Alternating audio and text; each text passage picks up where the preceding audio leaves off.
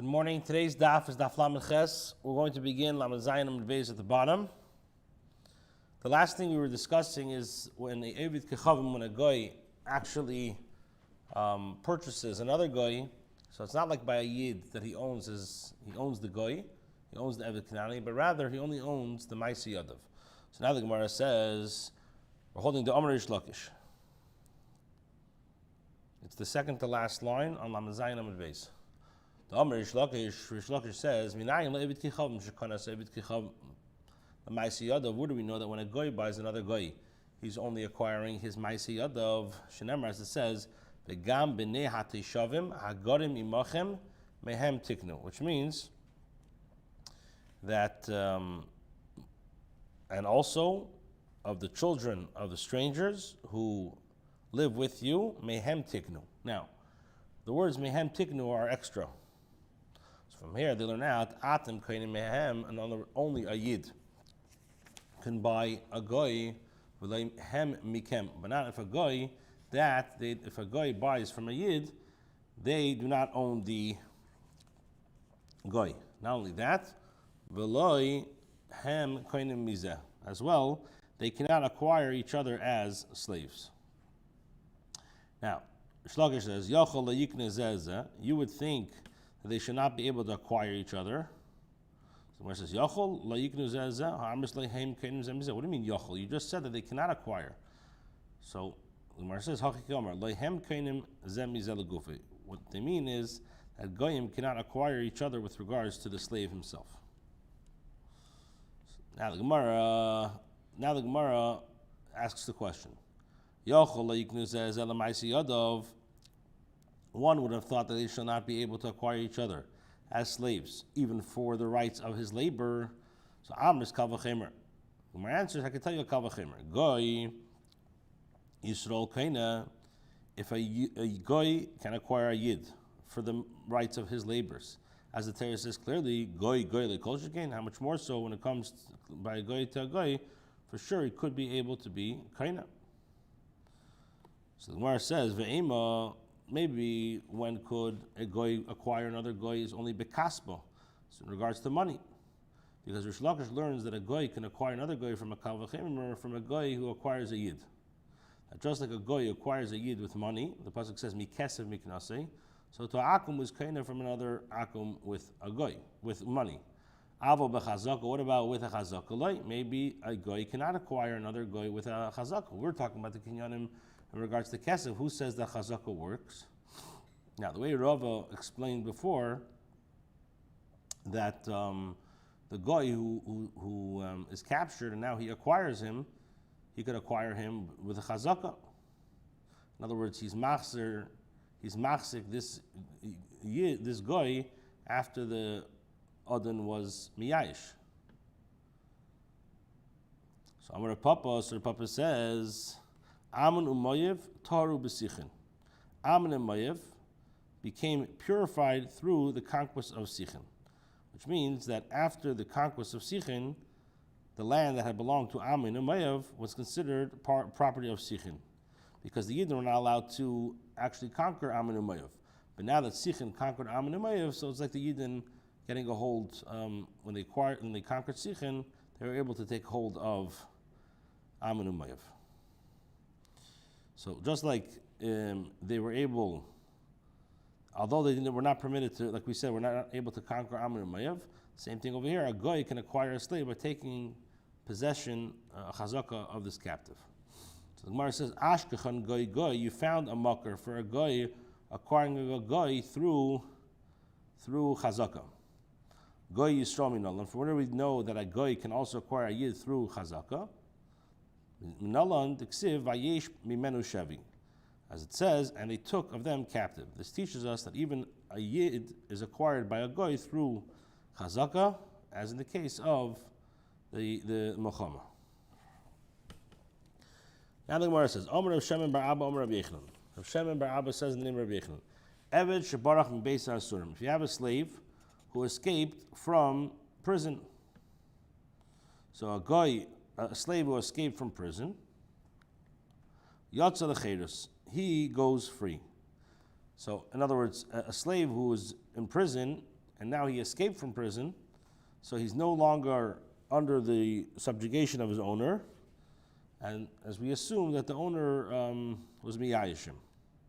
Not only that, not only that, but once an Eved is in prison, his master is forced to write a get shikhr, so he can marry a Jewish woman. Tana, we learned in the Mishnah, Shimon Gamliel says, Benkach ubenkach ishtabed. Both in this case and in the case, he will be a slave. Rabbi Yochanan says the name of Rabbi Yochanan, that any place where Rabbi Shimon Gamliel taught his halacha in our Mishnah, the halacha is always like Rabbi Shimon Gamliel, except for the following three cases. What are the following three cases? Chutz me'arev, except for a guarantor, ve'tzaydon, and what happened in Sidon, and uraya achrena, and this final evidence. Now, what are these cases? So, the cases are that in Orev, it's a machlekes between the Chacham and Rabbi Gamliel, when is the Malva allowed to demand the choiv from the Orev? So, it doesn't mean that the Leiva doesn't have the money to pay back, then the Malva can go and demand from the Orev, or the Chatchila, the Malva can go to the Orev and say, I don't want to deal with this. So that's a machlekes.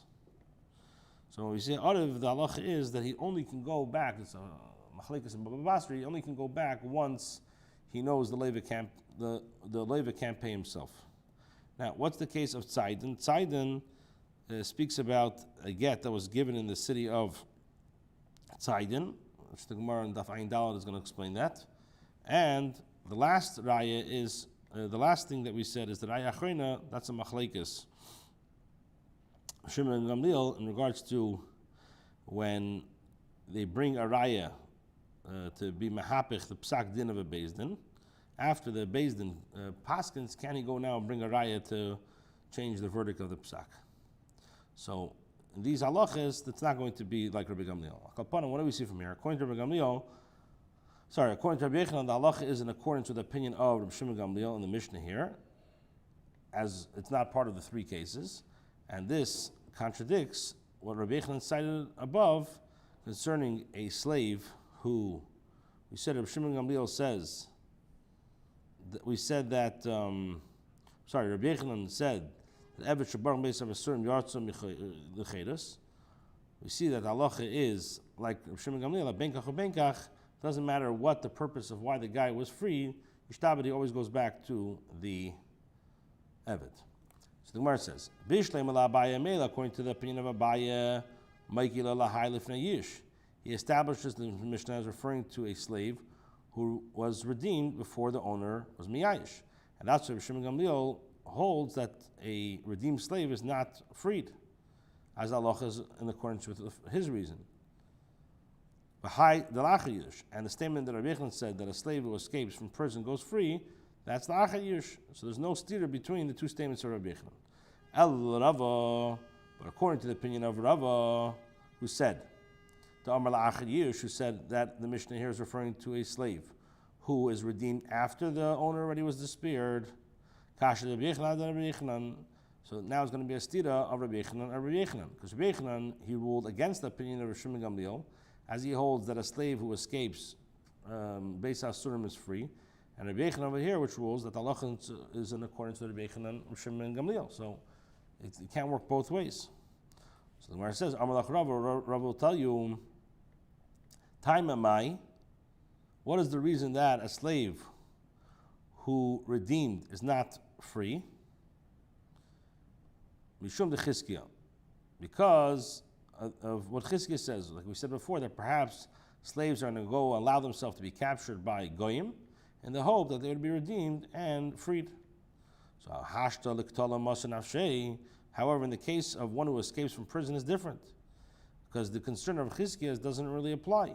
Why? Because Hashta Liktala Masan Avshei, if now it's apparent that he's willing to give himself over to death to escape prison, he's putting his life in danger. But to escape the prison, apule apel nafshis the giosis Are you concerned that he will throw himself willingly into the captivity by allowing himself to be captured by foreign troops? This guy already has Mesiras Nefesh. The Gemara relates, Amte de Mar Shmuel Ishtabe, the maidservant of Master Shmuel. Shmuel's maidservant was Ishtabe, was taken captive. Parku l'shum amuhusa. Some people redeemed her to be a maidservant, v'shadru lei, and sent her to him. So what happened there? This maidservant was taken captive, and some people redeemed her to be a maidservant and sent her to him. Shalchu lei, so they sent the following message: Kedab Shimon Gamliel Svirlan. We hold in accordance to the opinion of Shimon Gamliel, and therefore he holds that in this case that she was free. She goes back to the master. At you inami Kedab Svirlan Svirlach. So he says, they said to Mar Shmuel, even if you hold in accordance with the opinion of the Chacham in the Mishnah, Anan l'shum amuhusa parkina lo. Even if you hold with the opinion of the Chacham in the Mishnah that you should know that he redeemed her to be a maidservant, so even the Chachamim would agree that she remains your maidservant, because that was the purpose of why she was redeemed. The Gemara adds, V'inu savar, and they thought, that it was the Maisa was before the owner was miyash. V'lohi, that's not true. It was after the owner despaired. Ushmuel, and Shmuel received the maidservant. Why? It's not necessary to say that he did not enslave her. He did not require her to receive a get shikhr, as he held that she was free woman in every respect. Okay, and the Gemara says, Shmuel Tamei, in this matter, Shmuel goes with his reasoning. Somebody who is mafkir renounces ownership of the slave, so the slave goes free. And he does not need to get shikhr. It says, but every slave man that he bought for money. So the Gemara says, Eved ish v'le Eved isha. Does this apply only to a slave who is a man and not to a woman? Rather, a slave whose master has authority and control over him, he's called an Eved. But if he does not have authority over him, any karev is not called Eved. Therefore, once Shmuel was miyayish of retrieving his maidservant, she was no longer under his control, and she did not require a get shikhr. Gemara says another story. Amte de Rab Abba bar Zutra ishtabi. The maidservant of Rabba bar Zutra was taken captive. Parkahu Tarmoida l'shum itza. A certain goy from Tarmoida redeemed her to be his wife. Shochalei the Chacham sent a message to Rabbi Abba bar Zutra, Iyois Avda, if you wish to act correctly, Shadale Gittin Daf, send her a bill of shikhr. So the Gemara says, Hey Chidami, what exactly happened there? If this is the situation where a yid are able to redeem her, so why do you need to have a get shikhr? They should redeem her to be a maidservant. And even in this situation where they are unable to redeem her, when he sends a get shikhr, what effect does it have? She's currently under the control of the goy. So the Gemara answers and says, actually we're talking about the matzi parkula. Talking about a situation where they're able to redeem her, but they're not doing so. And since he sends her a get shikhr, so now the residents of the city will join together and redeem her, because now she's a full-fledged yid. And they would have not redeemed her to be a maidservant. Another answer, actually I could tell you where they're unable to redeem her. Why? Because the ransom was too expensive. And once, metaphorically, and once he sends her a get shikhr, she will be disrespected in the eyes of the goyim who redeemed her to marry her, as he will find out that she is a maidservant of a yid, and he will allow her to be redeemed. So now the Gemara asks this question: would it be easier to redeem the maidservant once the goy discovered that she is the taka yid? The goyim, the animals of a yid are more beloved to a goy than their own wives. So we see Goyim held the Yid in very high regard. And the fact that she was a Jewish maidservant would not lower her into the estimation of a Goy.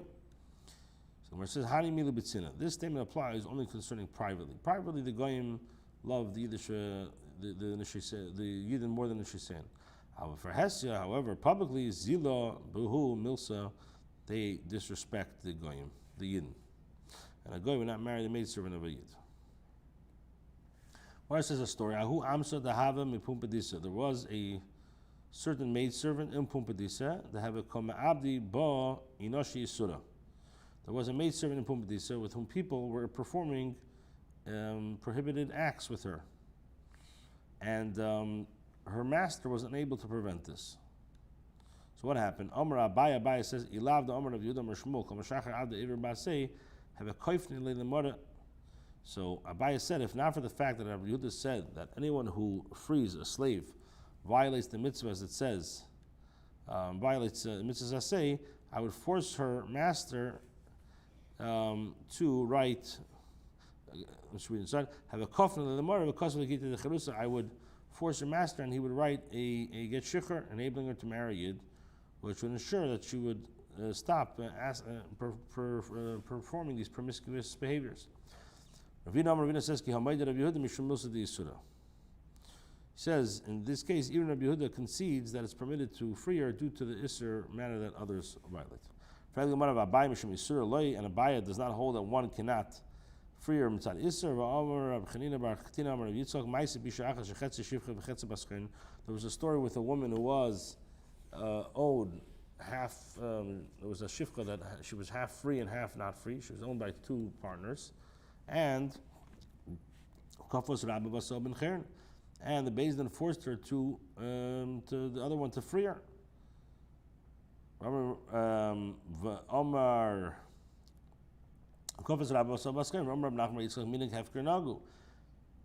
So what do we see? We see that this demonstrates that it's permitted for a free slave to prevent people from violating the Isser.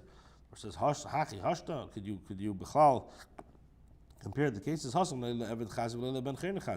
There, in the case of the half maidservant, half free woman, she's not fit for marrying a slave. And she's not fit for marrying a free man. So this is why she's available to all. And the only way to solve this problem is to free her. Here, in the case of the maidservant, it's possible for the master to assign her to marry a slave. And the slave will guard her from people who wish to act promiscuous with her. So therefore, it's not necessary to free her. Mar says, anybody who frees an Eved Kanani is Eved Basei, as it says, La'ilam Bahem Ta'avidu. So Mar says, Mason, when I ask you, Shaila Maisa Rebbe Lazar, Shnichas Besek Nesses, there's a Maisa that Rebbe Lazar, or Eliezer, came into the shul. He saw that there's only 9 men. He needed a minion, and he was Meshacher, his Eved, to be Mashlan the minion. So what do we see from here? We see that you're allowed to be Meshacher, an Eved. So where it says Mitzvah Deshani, like the Mefarshim explain, when it's a Mitzvah Derabim, then it's different. B'chlal, there's a whole machlokes in Poskim. If a minion is it a good thing to have a minion, or there's a chiyuv?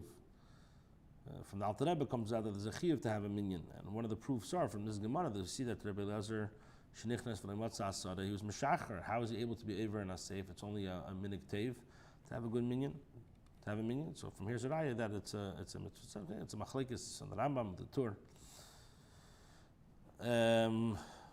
Fine. Tana Rabbana, we learned lo'ilam behem ta'avedu.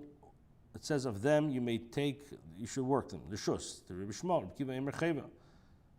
So the Gemara now explains. V'dilma Rebbe Eliezer sarva l'kamanda amar reshus, but perhaps Rebbe Eliezer holds in accordance with the opinion of the one who says that it's a reshus. So therefore, the incident involving Rebbe Eliezer cannot serve as a proof that even those who hold that it's isser to free a slave would hold that it's permitted to free a slave to enable performance of a mitzvah. So where it says le'isok adaitach, the Tanya bad Rebbe Eliezer Emer Cheva, Rebbe Eliezer says it's a chev. Connection to this issue, the Gemara says, Amar Rabba Bahani Tlas Mili Nachusi Balibatim Nechesen. He says, with these 3 matters, Balabatim homeowners become poor. Number 1, the Mafki Avedaya Lechidusa. They free their slaves, and they inspect their property on Shabbos. They talk about Nechasim on Shabbos. And and they set their meals on Shabbos at the time of the sermon in the Beis Medrash. It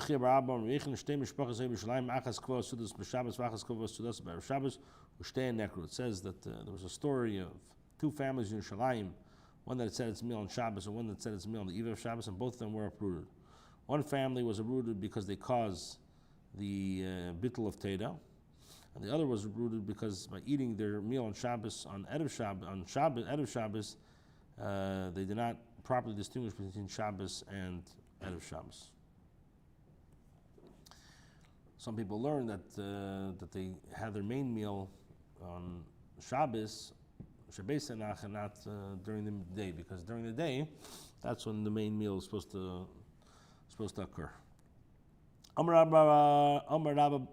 Rav says in the name of Rab, Hamaktish Avdei, somebody who is Maktish, is slave to the Beis Hamikdash.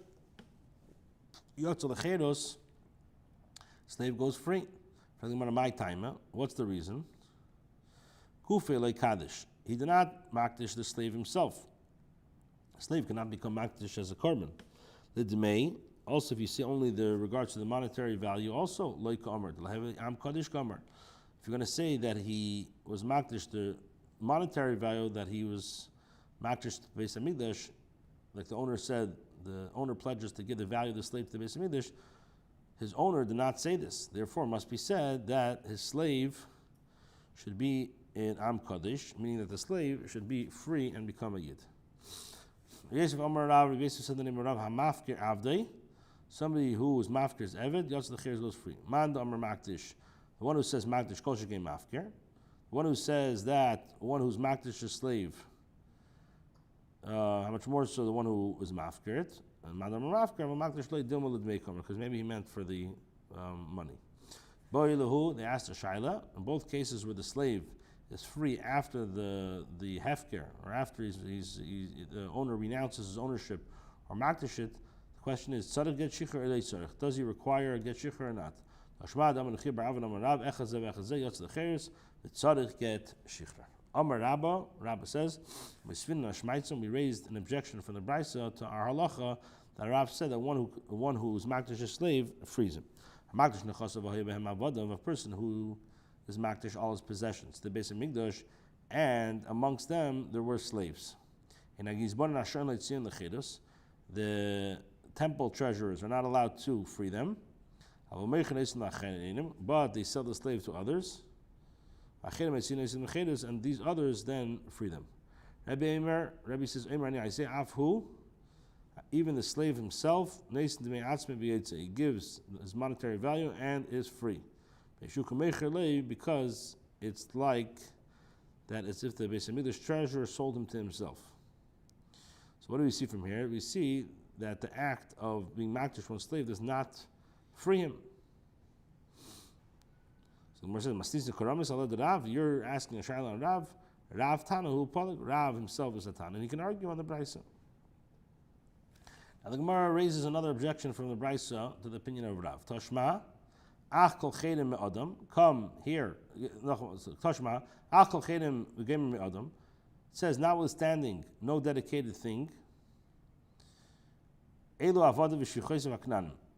The Gemara learns out that these are the Canaanim slaves and the maidservants. What do we see from here? That one may makdish his slaves and are not free as a result.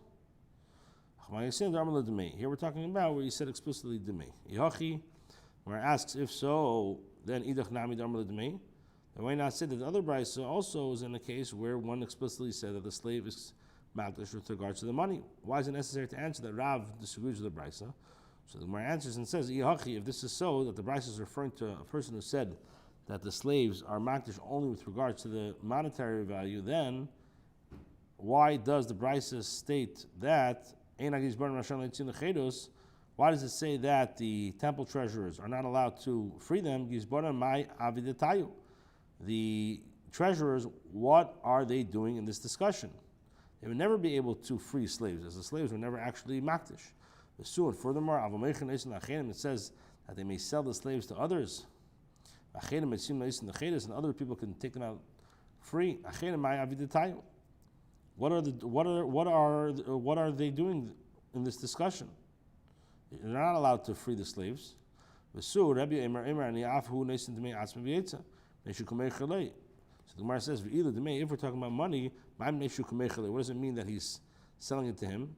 Therefore, the Brisa makes sense only according to the opinion that one who's makdish a slave is makdish the slave himself, and since there's nothing for the Beis Hamikdash to do with the slave, he has to be redeemed and the money used in this place. Therefore, the Brisa contradicts Rav's opinion.